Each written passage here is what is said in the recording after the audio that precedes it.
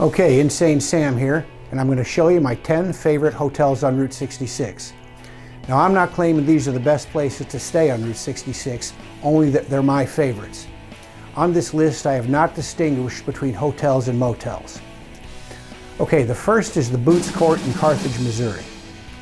The Boots Court perhaps offers the most authentic Route 66 experience of any of the places on this list, because it's been restored to its original condition without adding any modern conveniences.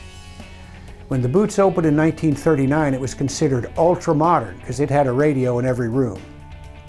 For years, the Boots had a false roof that was not the original and had a sign that said Boots Motel that was not original.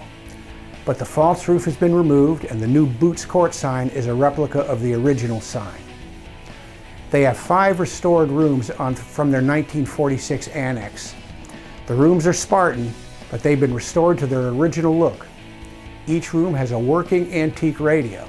That's good because there's no televisions, there's no internet, there's no nothing. There's no restaurant or bar, but it's authentic.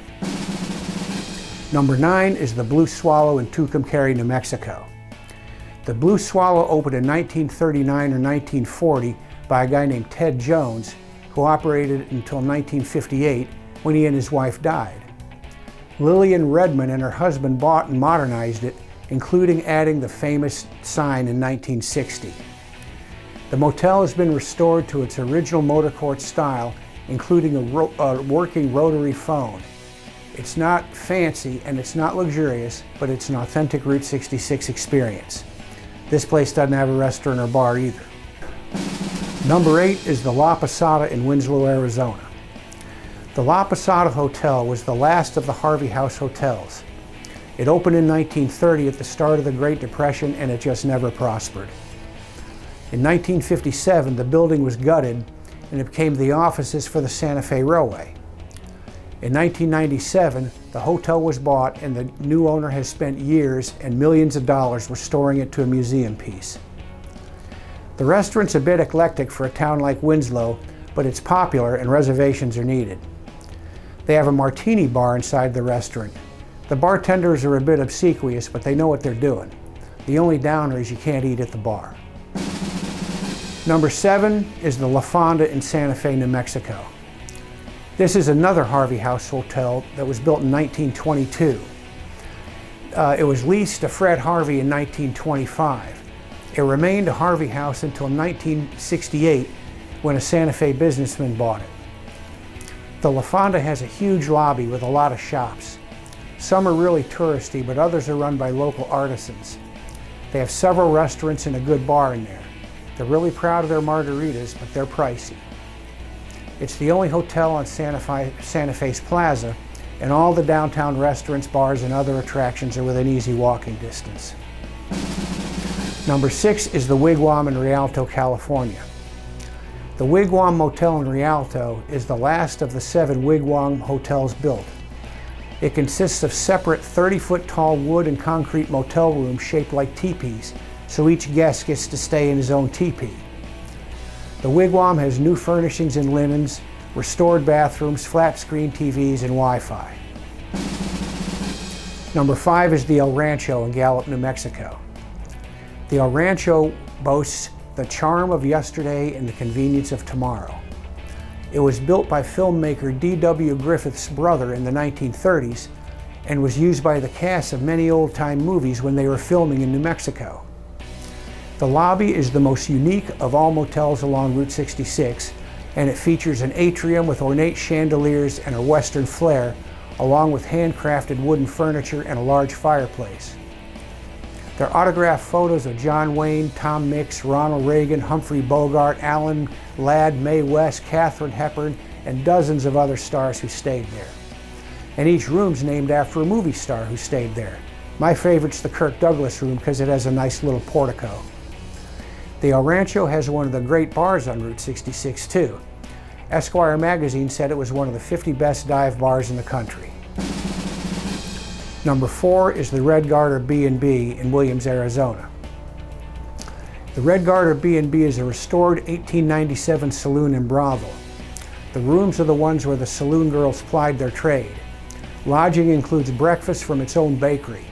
It has only a few rooms and they always get booked, so get reservations. Number 3 is the Wagon Wheel in Cuba, Missouri. The Wagon Wheel Motel has been operating for only over 80 years, and it's the oldest continuously operated motel on Route 66. It was purchased by its current owner in 2009, and since then the wonderful 1947 neon sign and the stone buildings housing the rooms have been fully restored. There's no restaurant or bar, but the Missouri Hick Barbecue is next door, and it's great. Number 2 is a real treat. It's the Vado in Albuquerque, New Mexico. The Vado is a newly restored motor court near Old Town Albuquerque. It has a public section where local residents bring their children to play and frolic in a fountain, and there are several kiosks serving a variety of food. This public area gives the Vado a vitality that just simply is missing in many Route 66 motels. The area where the guest rooms are is gated, which provides some privacy. The rooms over there are beautifully done. They're modern with great linens and towels. And they have their own microbrewery there. We're down to number 1, and it's the Campbell Hotel in Tulsa, Oklahoma. The Campbell opened in Tulsa's Route 66 in 1927.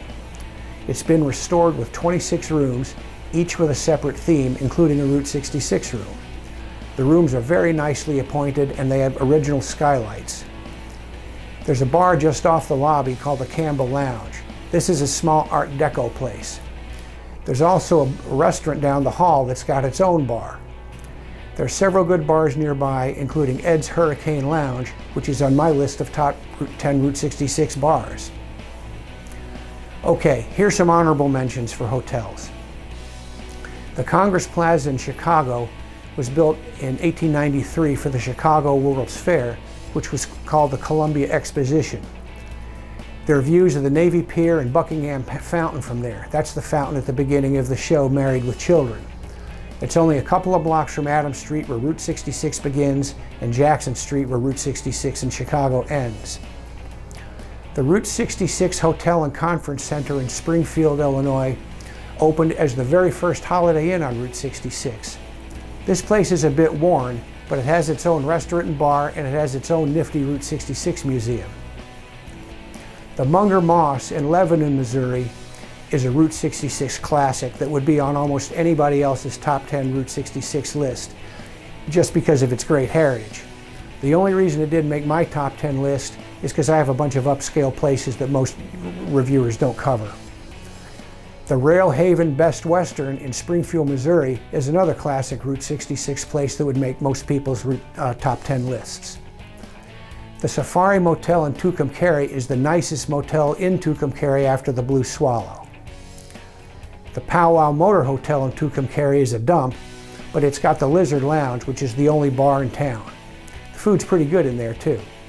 The Rey Inn is an authentic Route 66 motor court that opened with 12 rooms in 1936 when Route 66 still went through Santa Fe. Now it has 86 rooms. This is a well-kept place that has repeat customers that transcend generations. It's where I stay if I'm not at the La Fonda on the Plaza. The Weatherford Hotel in Flagstaff opened in January 1, 1900. It was reputed to be the best hotel in the Southwest and claims to have had Wyatt Earp as one of its frequent customers. It's in downtown Flagstaff, and it's within walking distance of all the good bars and restaurants, and there are 2 bars and restaurants right in the hotel. The Grand Canyon Hotel in Williams, Arizona is my favorite hotel that didn't make the top 10 list. It's the oldest hotel in Arizona. It's rustic, but the people are very nice. It's right on the main drag, and the price is right. The Saga Motel in Pasadena is right on Colorado Boulevard on the main drag of Route 66 there. The Saga is the best of Pasadena's classic Route 66 motels. And finally, we get to the Georgian in Santa Monica, California. The Georgian is near the junction of Santa Monica Boulevard and Ocean Avenue, and it's right across the street from the Will Rogers marker designating the terminus of Route 66. The rooms are very nicely appointed, and they're cheap by Santa Monica standards. Okay, there's my top 10 hotels and a bunch of good honorable mentions. These are some great places for you to try on your Route 66 adventure.